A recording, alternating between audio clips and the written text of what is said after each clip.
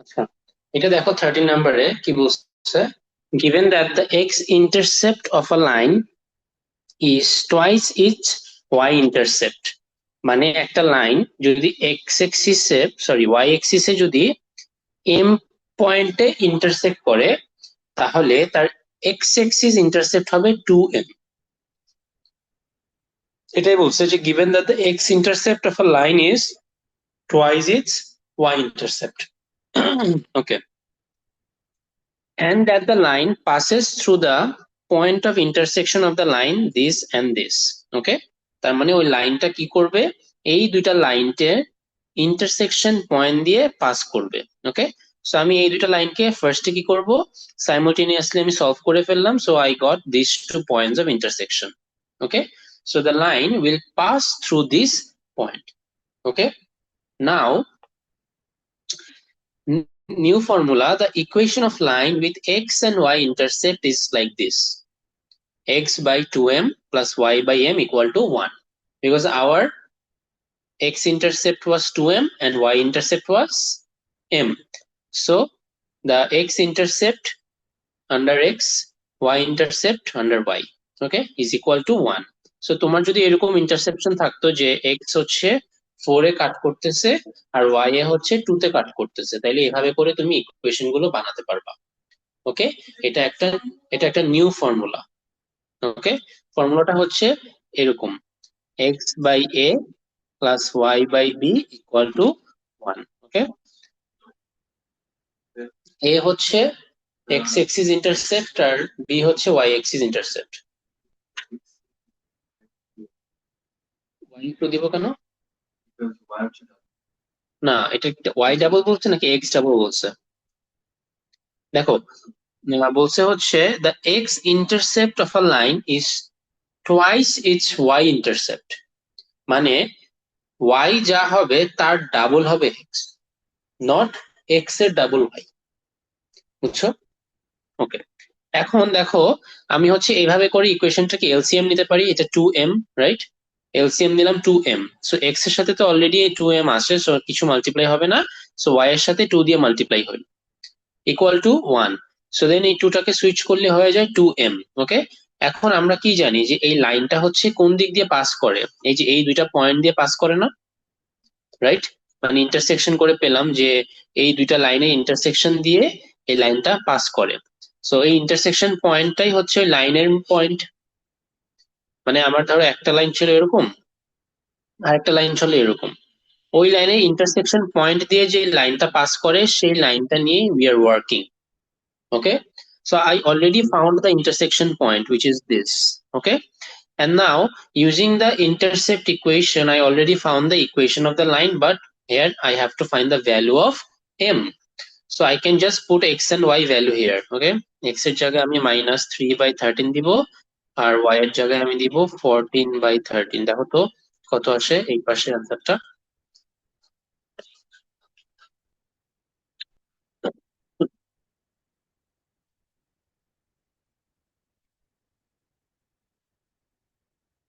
হুম,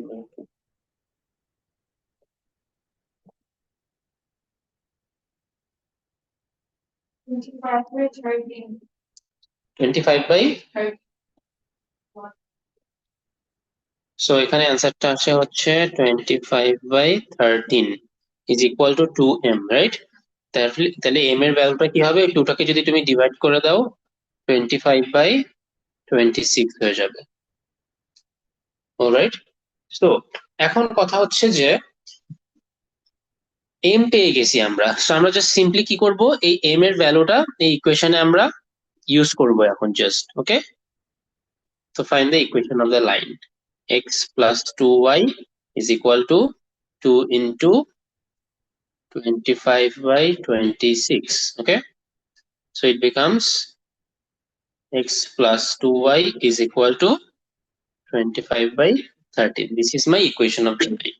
So আমি একটু শুরু থেকে রিক্যাপ করি, একটু ঠান্ডা মাথায় চিন্তা দেখো।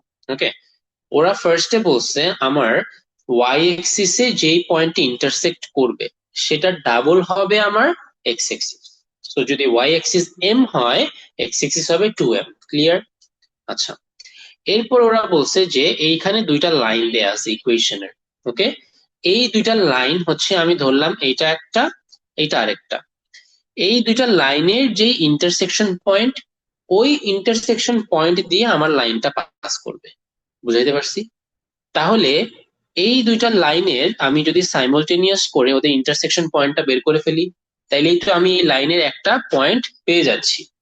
আমি সেটাই করলাম, আমি করলাম এই লাইনের আর এই লাইনের আমি সাইমultaneous করে আমি এই ইন্টারসেকশন পয়েন্টটা বের করে ফেলছি। এতটুকু পর্যন্ত ক্লিয়ার? ওকে, এরপরে আমি যেটা করলাম যে ওদের আমি এখন কি জানি, এক্স ইন্টারসেপ্ট আর ওয়াই ইন্টারসেপ্ট জানি, রাইট? সো এই এক্স ইন্টারসেপ্ট আর ওয়াই ইন্টারসেপ্ট দিয়ে আমি নতুন একটা ইকুয়েশন অফ লাইন বললাম, which is x by a plus y by b equal to 1. Okay, so here a was 2m and b was m. So now I took LCM 2m. So y এর সাথে 2 multiply হবে, x এর সাথে কিছুই হবে না। So এই 2m টাকে ওই পাশে ক্রস মাল্টিপ্লাই করে দিলাম, আমি এই ইকুয়েশনটা পেলাম। এখন আমি কি জানি এই লাইনটা এই পয়েন্ট দিয়ে পাস করে, রাইট? একটু আগে এটাই বললাম যে এই দুইটা লাইনের মাঝে দিয়েই ওই লাইনটা পাস করে, which means যে I can use these two values in this line. So I just put the x and y values here and then I found the value of m. M was a normal unknown.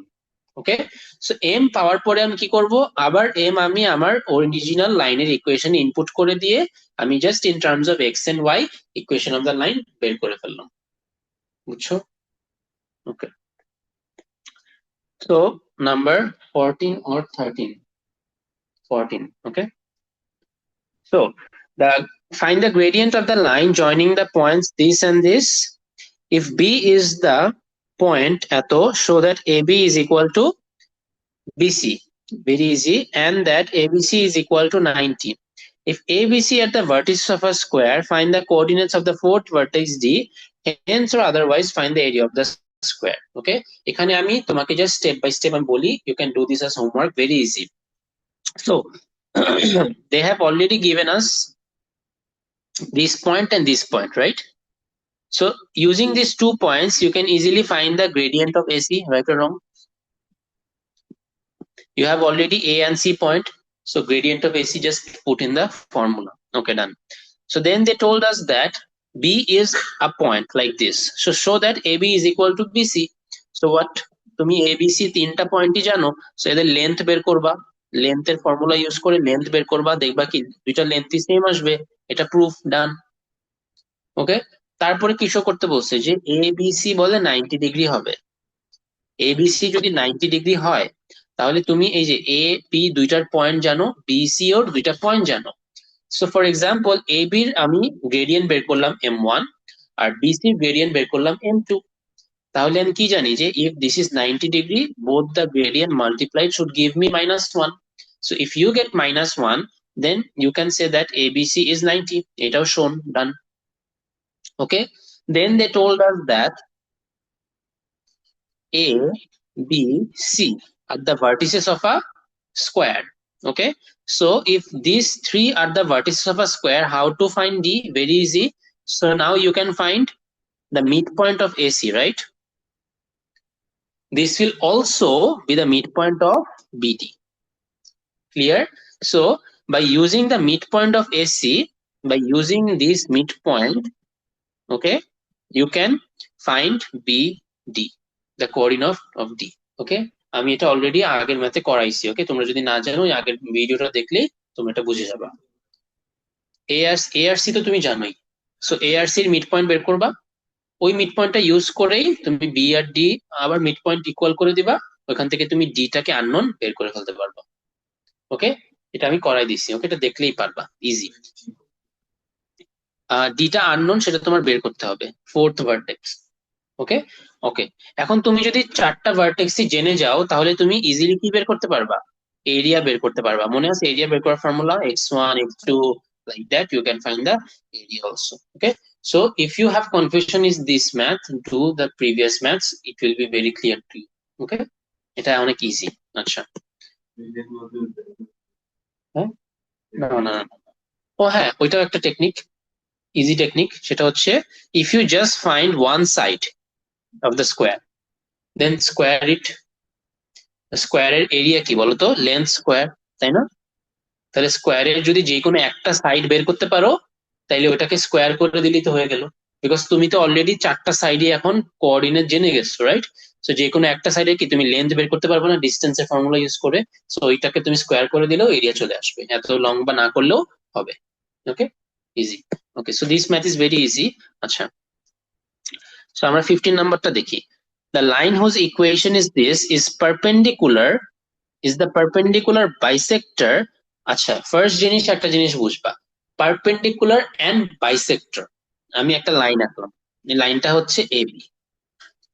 ওকে, আমি এখানে একটা line আঁকলাম, this line is 90 to the line AB. So I can call this perpendicular but not bisector.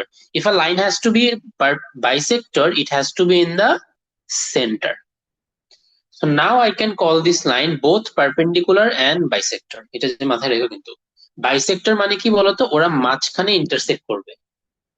Okay, R just perpendicular মানে just 90 হতে পারে, কিন্তু just 90 হতে পারে। ওকে, এই জিনিসটা মাথায় রাখবা। Of the line joining the points P and Q. Okay, so এখানে ওরা হচ্ছে এ বি না দিয়ে বললো হচ্ছে P and Q. Okay, so P দিয়ে দিছে হচ্ছে 310 আর কিউ দিয়ে দিছে হচ্ছে alpha beta. We have to find, and this line is the perpendicular bisector y is equal to x plus 5. Okay, write down in terms of alpha and beta the coordinates of the midpoint of pq.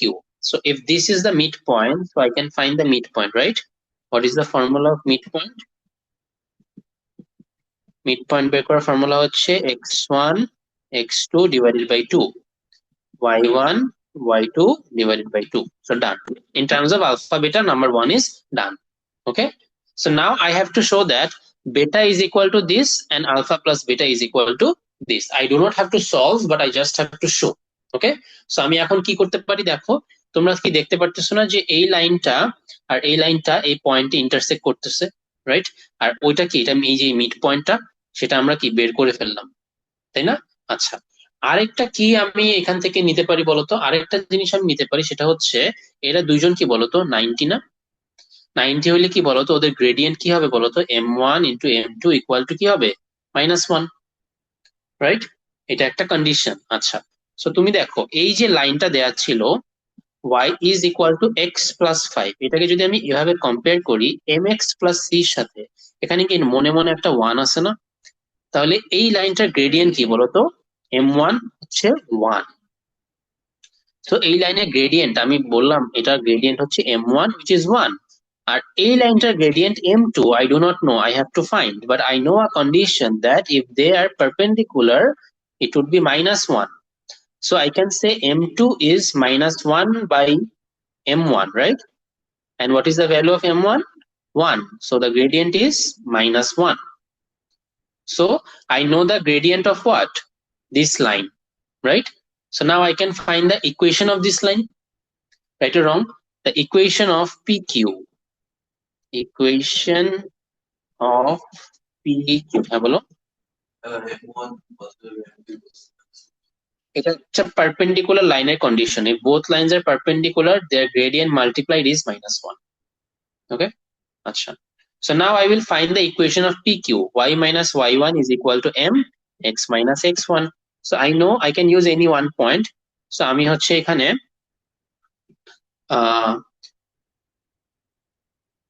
y R y1 আর হচ্ছে এখানে x আর x1। ওকে, so আমি এখানে এটা এই পয়েন্টটা use করি। So y minus 10, আমি গ্রেডিয়েন্টটা জানি 1, এখানে হবে x minus 3। ওকে, সো আমি এই লাইনটা পাচ্ছি y minus 10 is equal to -x plus 3। So আমি যদি রিঅ্যারেঞ্জ করি কি হবে? y is equal to -x plus 13, right? ওই পাশে আমি 10টাকে সুইচ করে ফেললাম। তাহলে এইটা আমার কি ইকুয়েশন অফ PQ, রাইট? আচ্ছা, এখন আমি অলরেডি একটা মিড পয়েন্টের ফর্মুলা জানি, আর কি জানি আমি? আমি জানি হচ্ছে equation of P and Q. Okay, so আমি যেটা করতে পারি এখন, এই পি কিউতে আমি কি করতে পারি বলতো? এই যে এই ইকুয়েশনটাতে আমি এখানে আলফা আর বেটাকে বসাই দিতে পারি in terms of X and Y, because এই লাইনেই তো আলফা বেটা লাই করতেছে, তাই না? তাহলে আমি এই এক্স এন্ড ওয়াই এর জায়গায় আমি কি বসাইতে পারি দেখো তো, আলফা আর বেটা আমি বসাই দিতে পারি। সো আমি ওয়াই এর জায়গায় বেটা বসাইলাম আর এক্স এর জায়গায় আমি আলফা বসাইলাম। ওকে, সো দেখি তো আমাদের একটা জিনিস কি ম্যাচ করতেছে। হ্যাঁ, একটা জিনিস অলরেডি আমার চলে আসতেছে যে alpha plus beta equal to 13। So আমি যদি ওই পাশে নিয়ে যাই তাহলে এটা কি 13 হয়ে যায়, তাহলে আমি একটা ইকুয়েশন শোন করে দিলাম। ওকে, আমি আবার রি এক্সপ্লেন করবো, আমি করে নিম একটা।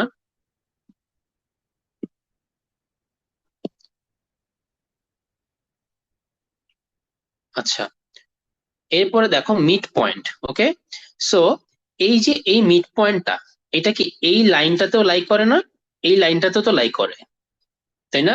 মানে এই পয়েন্টটা তো এই এরও কমন ওরও common, right?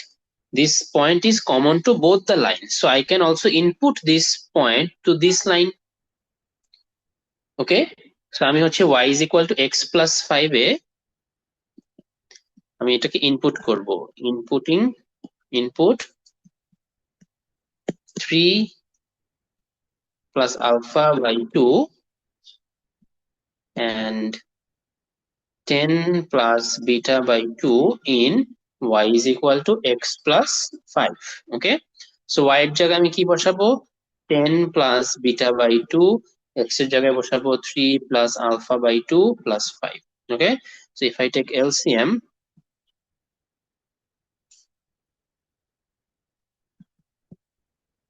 3 plus alpha plus 10. Okay, so this 2 gets cut. So then if I rearrange, আমাদের কি অ্যারেঞ্জ করতে হবে, বেটাকে সাবজেক্ট করতে হবে। ওকে, সো আমি বেটাকে এই পাশে রেখে 3 plus alpha plus 10 minus 10, so এটা কাট হয়ে যায়। So therefore beta is equal to 3 plus alpha, equation 2 this is also shown. Okay, আমরা দুইটা ইকুয়েশনই পেয়ে গেছি যেটা ওরা আমাদেরকে শো করতে বলছে। ওকে, সো আমি একটু ফার্স্ট থেকে বলি। ফার্স্ট পার্টটা তো very easy, we just have to find the mid point. Okay, so they have given us P and they have given us Q, just use the midpoint formula and find the midpoint. Easy. Okay, second task is that we know that this line and this line are perpendicular. They have told us that this is the perpendicular bisector. So you see this line is y is equal to mx plus c, so we have 1 here, so I can say that the gradient is 1. Which line's gradient? This line gradient is 1. Okay, and এই যে এখান থেকে আমরা compare করে বের করলাম, এর সাথে মনে মনে 1 আছে, so m is the gradient, x এর সাথে যে থাকবে সেই হচ্ছে গ্রেডিয়েন্ট। সো এটা কোন গ্রেডিয়েন্টটা, এই লাইনের গ্রেডিয়েন্ট। এখন আমরা কি জানি যে এই দুইটা হচ্ছে পারপেন্ডিকুলার, রাইট? তাহলে আমরা একটা কন্ডিশন জানি যে দুইটা লাইন যদি পারপেন্ডিকুলার হয় তাদের গ্রেডিয়েন্ট মাল্টিপ্লাই করলে -1 হবে।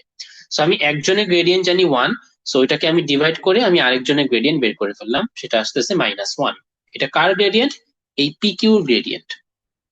সো আমি পিকিউর গ্রেডিয়েন্ট পেয়ে গেলাম -1, আর আমি পিকিউর একটা পয়েন্টও জানি, সো আমি হচ্ছে পিকিউর ইকুয়েশন বের করে ফেললাম, এটা হচ্ছে আমার পিকিউর ইকুয়েশন। ওকে, এই ফর্মুলা ইউজ করে। এতটুকু পর্যন্ত বুঝছো? ওকে, সো পিকিউতে দেখো এই পুরো লাইনে কি এই পয়েন্টটাও আছে না, রাইট?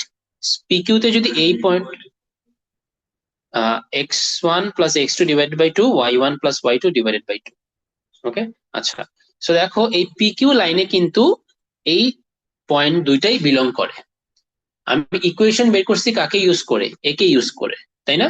এখন আমি ওই ইকুয়েশনে কি চাইলে আমি এক্স আর ওয়াই এর জায়গায় এই আলফা বেটাকে ইনপুট করে দিতে পারি, বিকজ পিকিউ লাইনে এই আলফা বেটা বিলং করে। সো আমি যেটা করলাম, এই পিকিউ লাইনে আলফা বেটাকে আমি ইনপুট করে দিয়ে ওরা যে ইকুয়েশনটা চাইলো সেটা আমি শো করে দিলাম। বুঝতে পারছো? আচ্ছা, ফার্স্ট পার্ট ডান। সেকেন্ড পার্ট দেখো, এই যে এই লাইনটা, এই মিড পয়েন্টটা এই লাইনের সাথেও কমন, আবার এই লাইনের সাথেও কমন। তো আমি যেটা করব, এই মিড পয়েন্টের যে ভ্যালুটা সেটা হচ্ছে এই পারপেন্ডিকুলার লাইনটাকে ইনপুট করে দেব। ওকে, এই যে মিড পয়েন্টটা কোথায়, মিড পয়েন্টটা হচ্ছে এইখানে, সো ওইটা তো এই লাইনেও আছে এই লাইনেও আছে, right? So what will I do, I will just input the midpoint value, the coordinate value in this line. So I'm doing that, I'm inputting the midpoint in this line. In terms of x, I put x, and in terms of y, I put y. Okay, then I just simplified it and I found the second equation which they told us to show it. Clear? বুঝতে পারছো? Okay. 16 number, this is very easy. They have given us 4 points. Okay, so they has told us to calculate the values of t if AB is parallel to OC. If AB is parallel to OC, you just find the gradient of AB and gradient of OC. Okay, parallel lines have the same gradient. You know this condition at the start of the chapter. Okay, if you do not know, revise the videos. Okay, watch the videos again. Acha. Then they told us that OB is perpendicular to AC. So if this is OB and this is, for example, AC, they make 90. So what will happen? The gradient of OB, suppose M1, and the gradient of AC, suppose M2, will be equal to -1. So using these two conditions, you can easily find the values of T. Okay? Acha. So a 60 number will be HW definitely. Okay? And 17 and 18 is also HW. Okay, 17 and 18 is also HW. It looks bigger but similar things. Okay, equation, coordinates, length, area, same thing. Okay, if you get stuck, then I will show it in the next class. Okay, same thing, equation, coordinates and area. Okay, basic has been taught. Okay, so we are done with 10C. If you have any problem, then just review the videos. Okay, and then tell me in the next class.